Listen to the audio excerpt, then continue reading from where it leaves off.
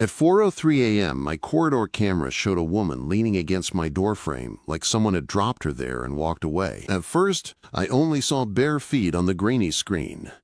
Then I saw the navy dress, wrinkled like she had slept in it, and a pale pink office vest thrown over it like armor. Elena Reyes.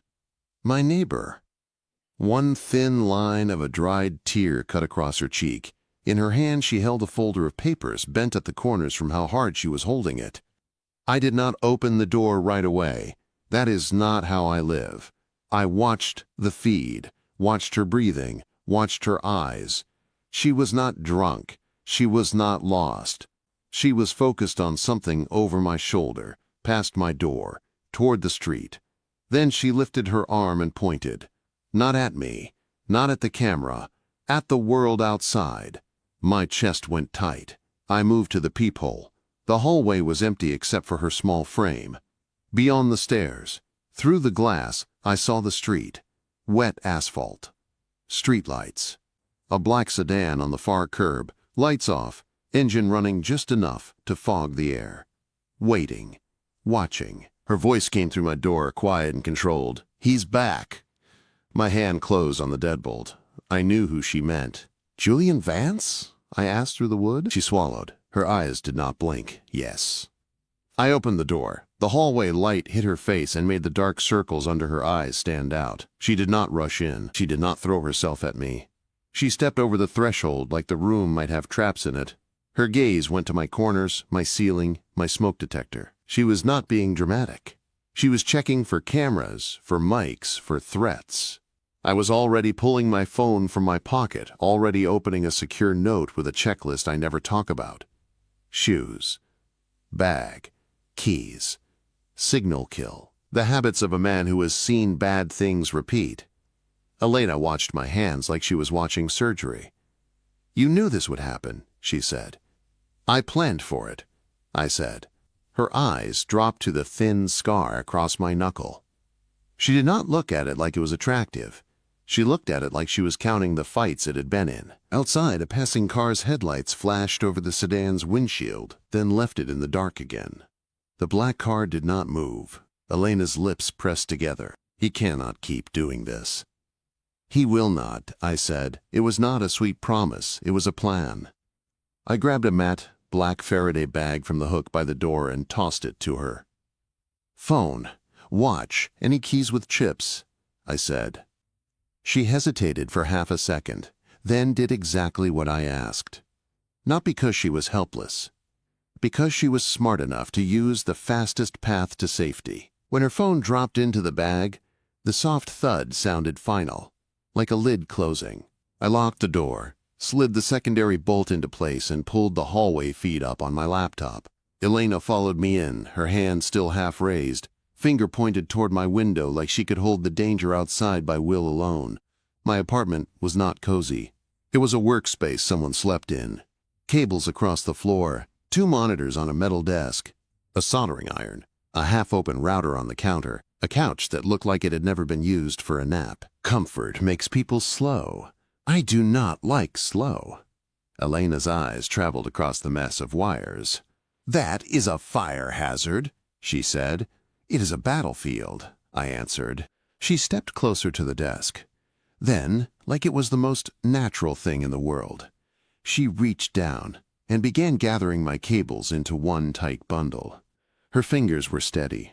Her breathing got calmer as each line found its place. Battlefields still need logistics, she said. For the first time since she arrived, a hint of humor crossed her face. Small, quick, real. Outside, the sedan rolled forward 2 feet. Stopped. Rolled again. Stopped. Not circling. Just reminding us it was there. I pulled up the building's exterior camera. Then a street camera I had access to from a consulting favor I had done for the neighborhood watch group. The plates were angled just off-center. There was a smear across the numbers. Not by accident. The kind of move you learn when you have trained around surveillance. He knows you are watching, Elena said quietly. Let him, I said. She turned to me, eyes sharp. Why are you helping me, Kieran? The question was like a blade. It did not ask for comfort. It asked for truth. Because he does not stop, I said. Once Julian Vance decides you belong to him, he does not accept no. He tried contracts first. When that did not work, he moved to fear. You have dealt with him, she said. I have dealt with men like him, I replied. She glanced at the screens again. And you are what, a hacker? I am a systems architect, I said. Then I looked at her. So are you. You build structures that do not fall.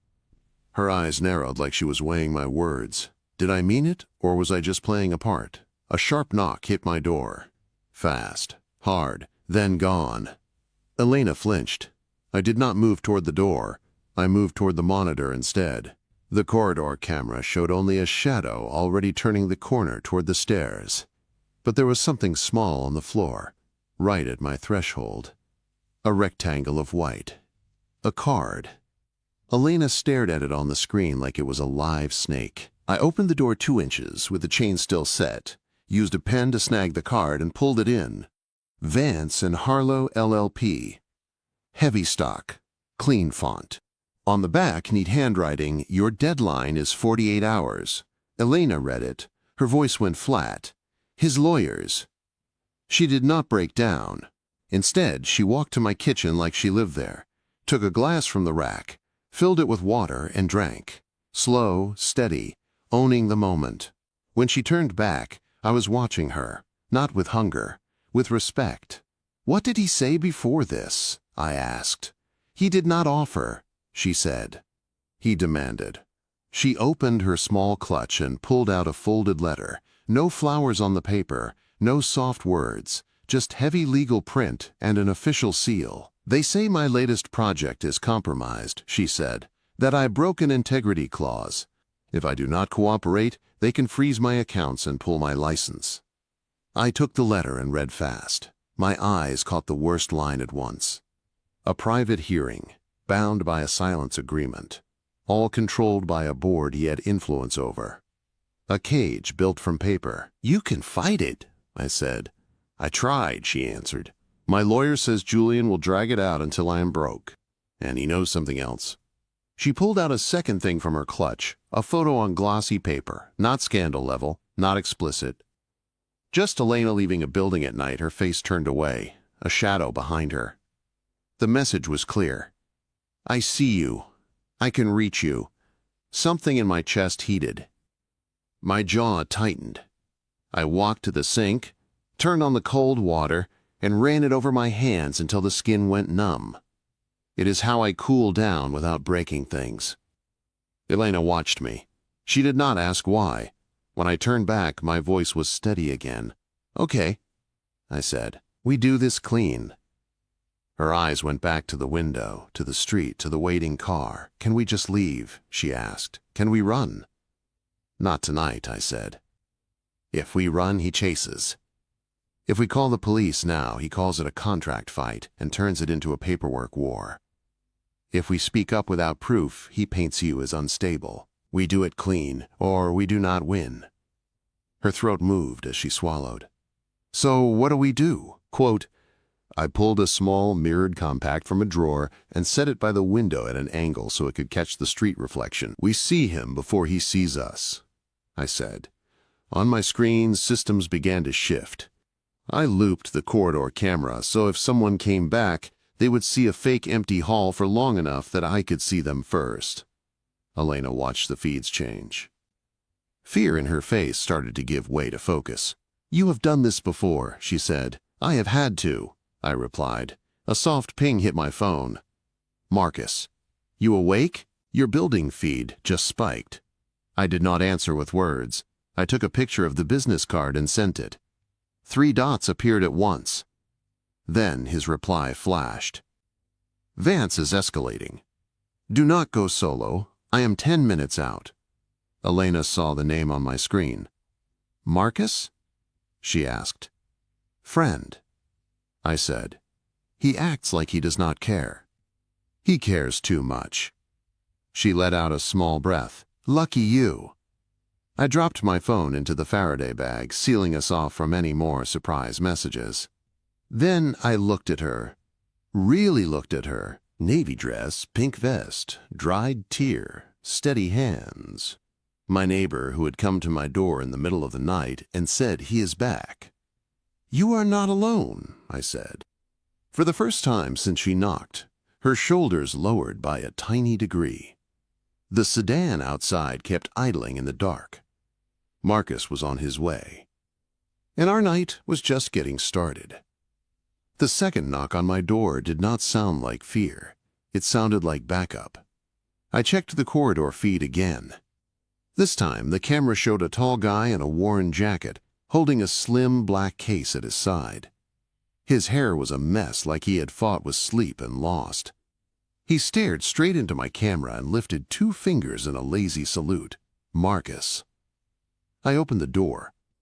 He stepped in, eyes sweeping the room once, landing on Elena, then on the Faraday bag on the table, then on my screen showing the black sedan. "So, you're real," he said to Elena, like he had heard about her before. Elena lifted her chin. "And you must be Marcus." He tossed the black case onto my table with a heavy thud. "Loyal, direct, okay," he said. "I'm Marcus, the only friend he has who has not tried to kill him yet." I ignored that part. "What did you bring?" I asked. Marcus snapped the case open. Inside were tools that did not look like much unless you knew what they were. A compact network bridge, 2 tiny cameras, a small directional mic, a hard drive the size of a deck of cards. "This is a clean drive with its own shell," Marcus said. "Air-gapped. If Vance or one of his pets sniffs it, they get nothing." Elena's eyes locked on the drive like it was her chance at air. "And before you ask," Marcus added, "yes, I will say it out loud, this guy is obsessive." He jerked a thumb at me. Elena's eyebrows went up. "Obsessive?" Marcus nodded. "He acts like he is calm. He lives like the world ends every morning. He does not know how to leave a wire loose." My jaw tightened. Marcus leaned closer and lowered his voice. "Kieran, you are not untouchable," he said. "Vance is not just some creep with money. He built a machine, and he is scared. Scared men with machines are loud." "I know," I said. "No," Marcus said. "You know it in theory. I checked his private security payroll on the way over. He is paying off-duty cops under fake consulting contracts. He has eyes that will not show up on your pretty neighborhood feeds." Elena went a shade paler, but she did not step back. She stepped closer. "How do we stop him?" she asked. Marcus looked at her for a long second, then at me. Finally he sighed. "You stop him by making him afraid of prison," he said. Not bad press, not a slap. Concrete and metal. My mind clicked into place around that word. Prison. We did not just need to push him back. We needed evidence that would hold when he ran out of tricks. Elena looked at me. "What do you need from me?" she asked. I opened my laptop again and started pulling public records. Vance's shell companies. His foundation. His contracts with her firm. Arbitration board members connected to his donations. It was all there if you knew where to look. Elena watched the screen for a moment, then leaned forward. "I can get you internal logs," she said. "The ones his lawyers keep waving around like a weapon." Quote, "You have that kind of access?" I asked. "Not from home," she said, "but my assistant does, Sarah." I raised a brow. "Can you trust her?" Elena nodded once. "Sure. She hates Julian," she said. "He tried to mentor her. She saw his smile up close. She knows what it costs." "Then call her," I said. Elena reached toward the Faraday bag, then stopped and looked at me. "Is it safe to pull my phone out?" Quote, "Not on your carrier," I said. "We use a clean line." I walked to a closet and pulled out a small box. Inside was a sealed burner phone. New, SIM. No history. No ties to me, or her, or anyone else. "You keep those?" Elena asked. "I keep options," I said, and handed it to her. She dialed. Sarah picked up on the second ring. I could not hear the words at first, only the tone, sharp, worried, loyal. "I'm safe," Elena said. "I need something from you." Silence. Then Sarah's voice came through the small speaker, strong and clear. "Tell me." "I need the access logs from the Integrity Clause audit," Elena said. "The exact ones Julian's lawyers used. Everything with my name on it." Quote. Sarah did not whine. She did not tell Elena she was crazy. She just moved straight to the point. "I can do that," she said, "but he is watching the floor. There is a new security guard, not building security, his security." My jaw tightened. Elena met my eyes. Sarah kept talking. "There is also a courier list for tonight." "A gala. Julian's gala." Elena's face hardened. "He wants me there," she said. "He wants to corner you in front of people so you cannot scream," Sarah replied. Elena's grip tightened on the phone. Then her voice turned firm. "Sarah, listen to me. Do not get caught. If he flags you, you walk out. You hear me?" Then, softer. "I am not worth your life." There was a pause. Then Sarah said, quieter, "I hear you." Elena ended the call and set the burner down. Her hands were closed, tight, but they were not shaking. "That was good," I said. She blinked. "Good?" "You gave her a choice," I said. "You did not drag her into your fire. You told her where the exit is." Her throat worked once, then she nodded. Something in her shoulders relaxed just a little. Time passed in a strange, slow rush. The sedan stayed parked under the dark streetlight. My screen showed it from 2 angles. Marcus checked his tablet, running silent checks on local channels. Elena sat on my couch in one of my hoodies now, the sleeves too long, the navy dress still visible under it. She looked like someone who refused to be turned into a victim, even when the world tried. I set a bowl of instant oatmeal in front of her. Not candlelight, not fancy, real. She stared at it. "That is breakfast," she said. "It is fuel," I answered. "We need your brain sharp." She took a bite, then another. Her shoulders lowered a fraction with each spoonful. I moved to my desk and started setting up a sandbox system. Clean virtual space. No direct line to my networks. A place where we could open corrupt files without letting them bite. Elena came over after she finished eating. She slid into my chair before I could sit. "Show me the boundaries," she said. I gave her a quick outline. She listened like an engineer, not a passenger. Then she started typing, fingers fast and sure. "You are writing a security layer," I said. "I am tired of being told to wait while men fix my life," she said. "If we are going to war, I want a hand on the shield." Her code was not fancy. It was clean. She built a small script that scrambled camera ping times and created a ghost pattern to confuse anyone watching passively. It would not stop a full attack, but it would make it harder for Vance's watchers to read our timing. Marcus watched from the couch, one ankle on his knee, eyes half closed, but not asleep. "She is scarier than you," he said. Elena glanced at him. "I heard that." "Good," Marcus said. "Fear is honest." The corner of her mouth twitched. Not quite a smile. Close. Then she pointed at my desk. "Kieran, your cables are still a crime." I looked down. She had already grouped them into tight loops and added neat labels. My war zone was turning into a plan. Marcus laughed once. "He let you do that," he said. "Yeah, you are dangerous." The warmth that moved through my chest was strange, not just adrenaline. Something steadier. Stability. It made my shoulders drop without my permission. Marcus saw it. His eyes narrowed, softer now. "See?" he said quietly. "You are changing." I pretended I did not hear him. At 3:18 p.m., the burner phone buzzed. A text. From Sarah. No words. Just a location pin and a locker number at a coffee shop across town. We went together. Marcus drove. Elena sat in the back seat, eyes on the mirrors, tracking every car behind us. She was not scared. She was awake.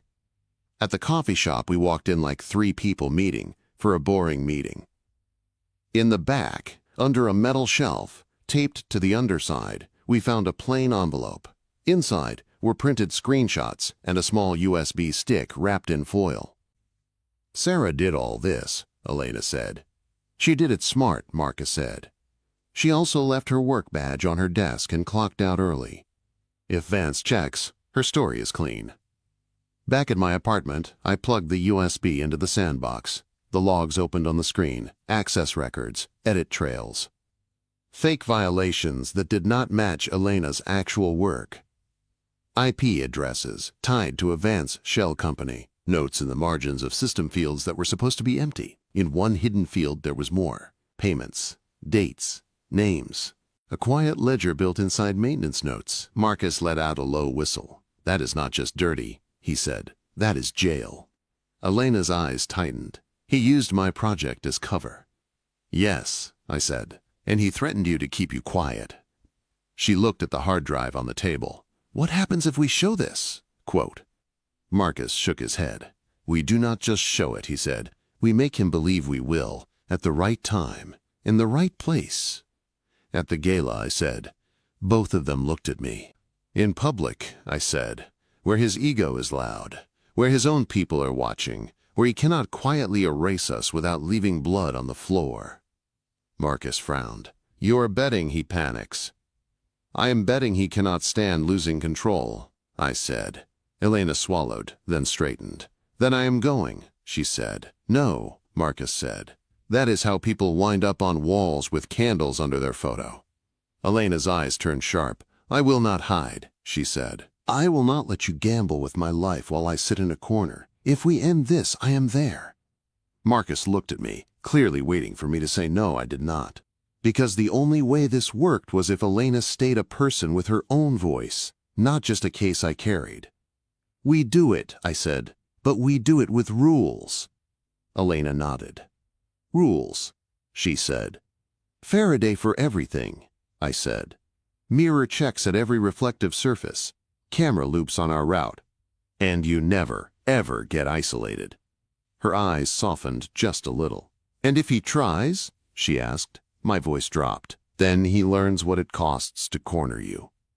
The sedan was still waiting outside, but we were not waiting anymore. The gala felt wrong from the moment we stepped inside. Glass walls, soft music, rich people laughing at nothing. The Vance Conservatory looked like a museum for money. Tall plants, white stone, champagne in every hand. Under all of it, I could feel tension like a wire pulled too tight. Elena walked by my side in the same navy dress from the night she knocked on my door. Tonight it was pressed smooth. Her hair was pinned back in a clean line. The pale pink vest was gone. In its place was a sharp blazer that made her look like she was walking into court, not a party. She did not look like prey. She looked like bait who had chosen to be bait. Marcus walked a few steps behind us in a suit that fit him like it annoyed him. An earpiece sat just under his hair. He carried nothing in his hands, but I knew he had gear hidden under the jacket. His face said, relaxed. His eyes said, ready. I stayed near a mirrored column, close enough to reach Elena in 3 steps, far enough that no one would mistake me for her date. The compact mirror rested in my hand at an angle, catching reflections. Every time I lifted my glass, I got a quick slice of the room behind me. Security count 8, Marcus murmured softly. His voice came through the bone mic behind my ear. 2 armed, one of them is a cop on Vance's private payroll. Sarah is by the bar. She has eyes on the main doors. I did not move my lips. I gave a small blink that meant I heard him. Then Julian Vance saw Elena. He crossed the room with the easy confidence of a man who had never faced real consequences. Dark suit, perfect tie, white teeth. His smile was the kind that had probably sold a lot of lies. Elena, he said, like he was pleased she had obeyed him. You came. Elena lifted her chin. You invited me, she said. I summoned you, he corrected in a low voice, and you answered. I shifted closer, enough that my shoulder was in his line of sight. His eyes slid to me like I was trash on the sidewalk. And this is your consultant, Vance said, the little ghost in my systems. You do not know what I am, I said. He smiled wider. I know exactly what you think you are, a protector, a hero. I did not rise to it. I am the man who read your logs, I said.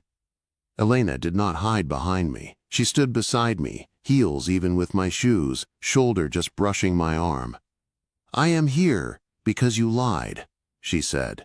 "You used my project to hide your theft and then threatened me when I refused to help you cover it." Vance chuckled softly. To anyone listening, it probably sounded like two people having a tense business talk. Only his eyes gave him away. Cold, empty. "Theft," he repeated. "I am a donor, a builder. I create jobs. I keep lights on." Marcus spoke in my ear. "All 8 security are watching this. You have their full attention. No pressure." I slipped my hand into my jacket and pulled out the small hard drive Marcus had set up, black tape wrapped around it.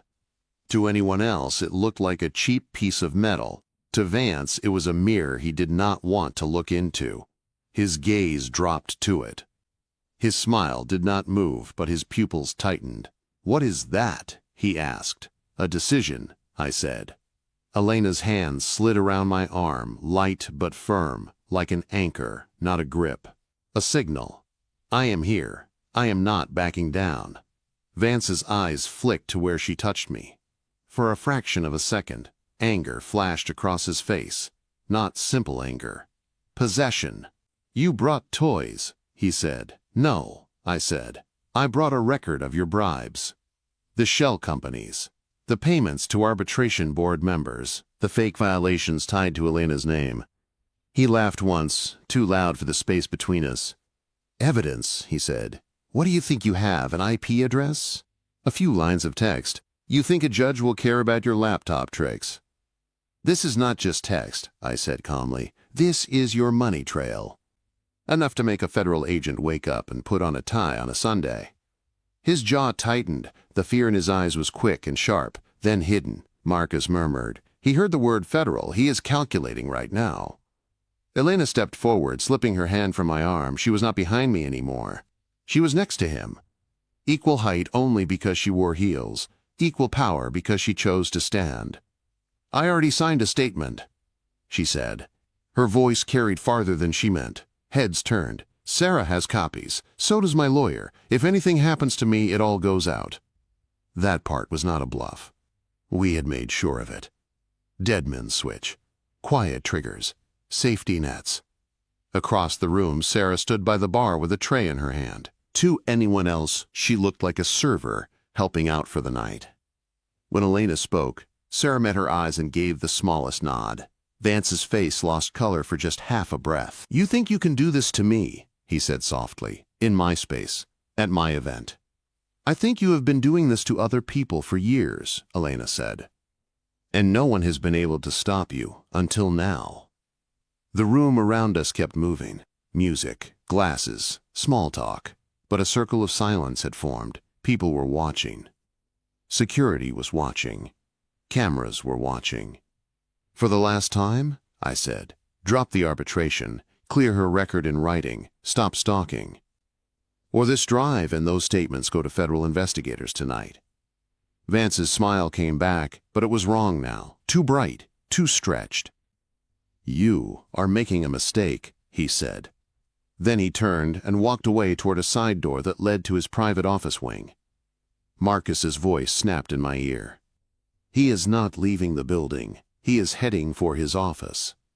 He just told his pet cop something on the way out. Kieran, he is scared enough to pick up a gun." "How do you know?" I asked under my breath. "I am in his private security feed," Marcus said. "He has a camera in his office he thought was locked. He is opening a drawer." My pulse did not spike, not on the outside. On the inside, everything lined up. Law had been his shield. Now law was a threat. Men like him do not walk into handcuffs. They reach for other tools.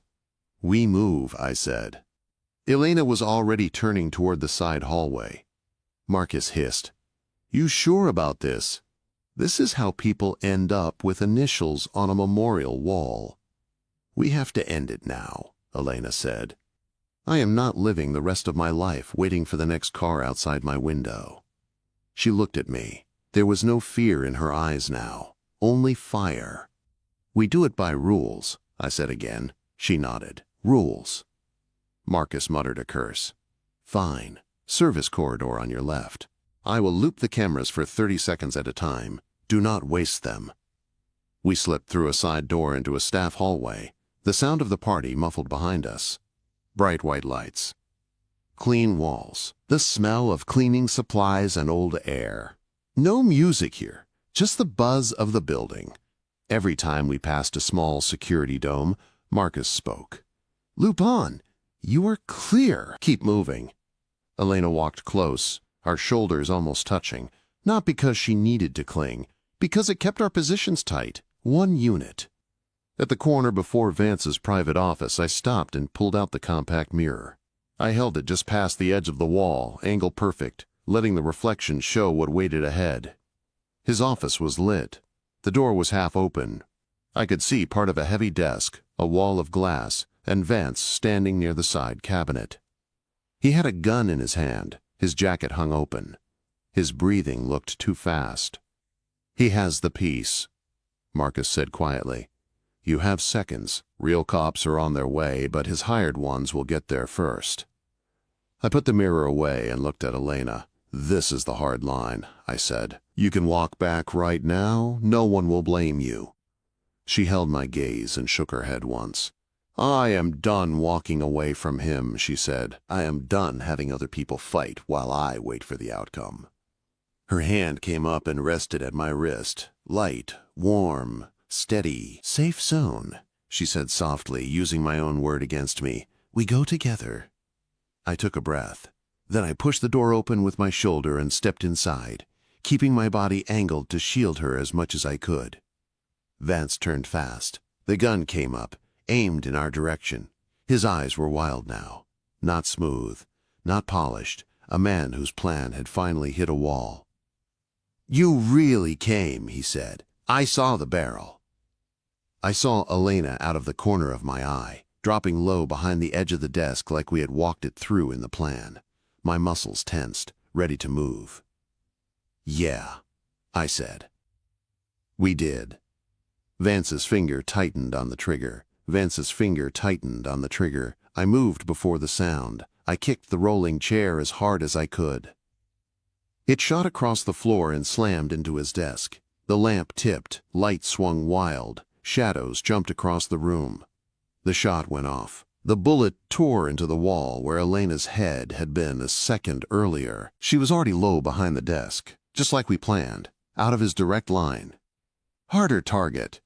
Marcus's voice hit my ear, sharp and fast. He fired. "I am calling it in." "I am also pulling the fire alarm." "You have seconds, Kieran. Make them count." The alarm blared in the hallway a moment later. A long, angry sound. Lights began to flash. Somewhere outside the office, people started shouting. Fire protocol would push guests and most staff toward the exits. That meant confusion. Confusion meant fewer eyes in this hallway, and more reason for real police to show up. Vance flinched at the siren. His gun wavered. "What did you do?" he shouted. I did not answer. I grabbed a metal letter tray from the desk and threw it at a glass shelf to his left. The shelf shattered. Glass rained down. Noise and chaos drew his gaze that way for half a second. Half a second was all I needed. I closed the distance in 2 long steps and slammed my shoulder into his gun arm. He hit the wall.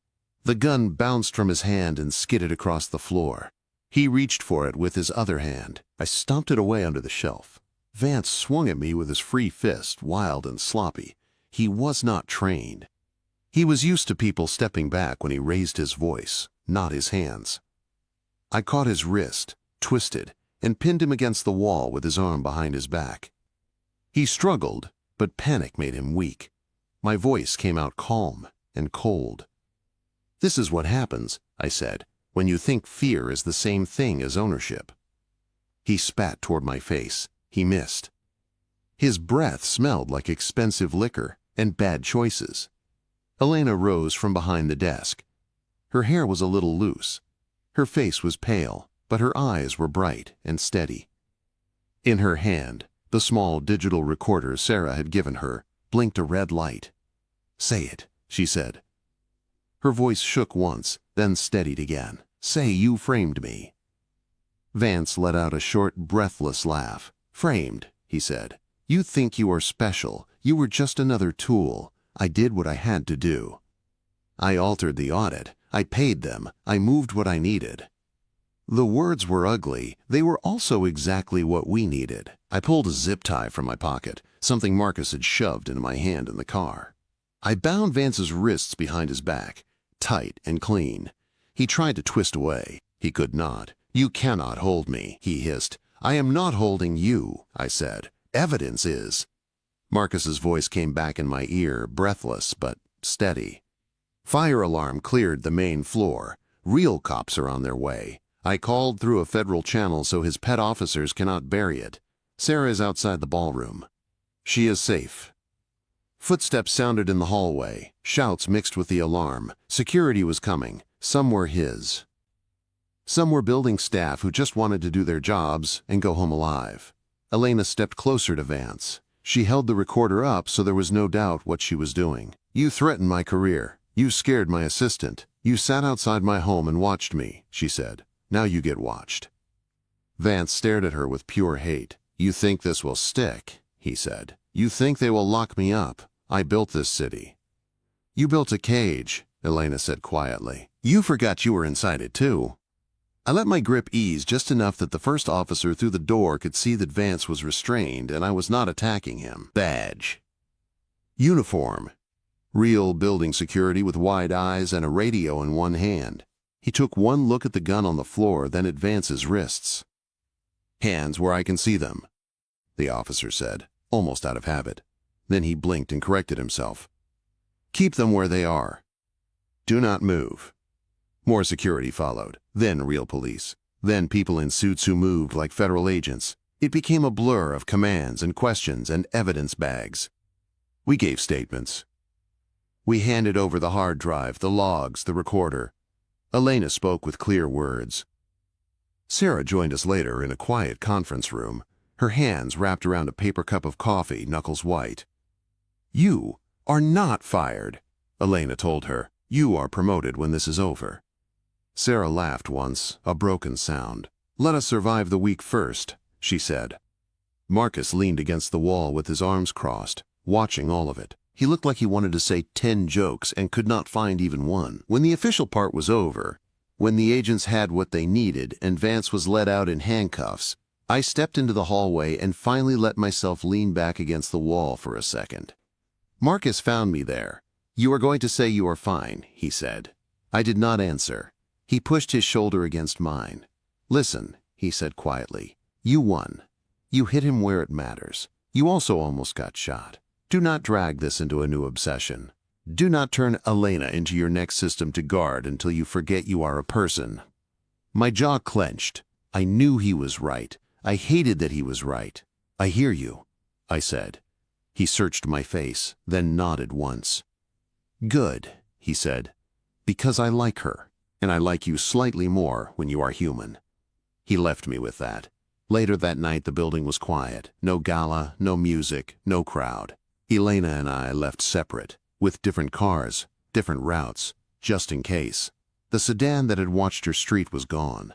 I knew it would not be back. Not with federal agents pulling every piece of Vance's life apart. 2 weeks later, my apartment looked different. Not soft, just sane. The cables were still there, but now they were labeled and tied into neat lines. My desk still looked like a control center, but the clutter had rules. A small plant sat on the window ledge. I had not put it there. Elena stood by the table, studying a blueprint we had spread out. It was not a map of an escape. It was a plan for something new. A workspace she wanted to build. A firm that did not answer to men like Vance. "You drew this wrong," she said, tapping one corner with her finger. "How so?" I asked. "You put your server room here," she said. "You should put it on the interior wall. Less glass, fewer sight lines, harder to watch from outside." I smiled before I could stop it. "You are learning," I said. She gave me a look. "I already knew," she said. "I just finally have someone who listens." She set the pen down and walked over to me. I was standing by the window, the city behind me, the memory of that black sedan still a faint echo in my mind. "Remember when I showed up at your door?" she said. "I remember the timestamp," I said. 4:03 a.m. She stepped closer. "You watched me on a screen before you opened the door," she said. "I did," I answered. I needed to know what I was letting in. "And now?" she asked. Now she was standing close enough that I could feel the warmth from her body. Close enough that I could see the tiny scar near her eyebrow. Close enough that I did not need any camera to read her. "Now you are here," I said. "And the door is open." She lifted her hand slowly and rested her fingers against my jaw. Light pressure, a question I could have pulled back. I had built my life on distance and plans and safe zones. Instead, I lowered my head. The kiss was not wild. It was careful, chosen, controlled. Her lips moved against mine once, testing, then with more intent when she felt I was not going to break or bolt. I slid one arm around her waist, not to trap her, just to hold her steady if her knees went weak. They did not. She pulled back first, breath warm against my cheek. Her forehead leaned lightly on my shoulder, not collapsing, just resting. "I am still here," she said. "I know," I said. My hand stayed at her back. "So am I." On the table, the plans for her new life waited, lines and measurements, choices, a future that did not belong to fear. Outside, the night was quiet. The kind of quiet that used to feel like a threat. Now it felt like a pause between chances. The next time my corridor camera showed her at my door in the middle of the night, I knew it would not be because she was running from him.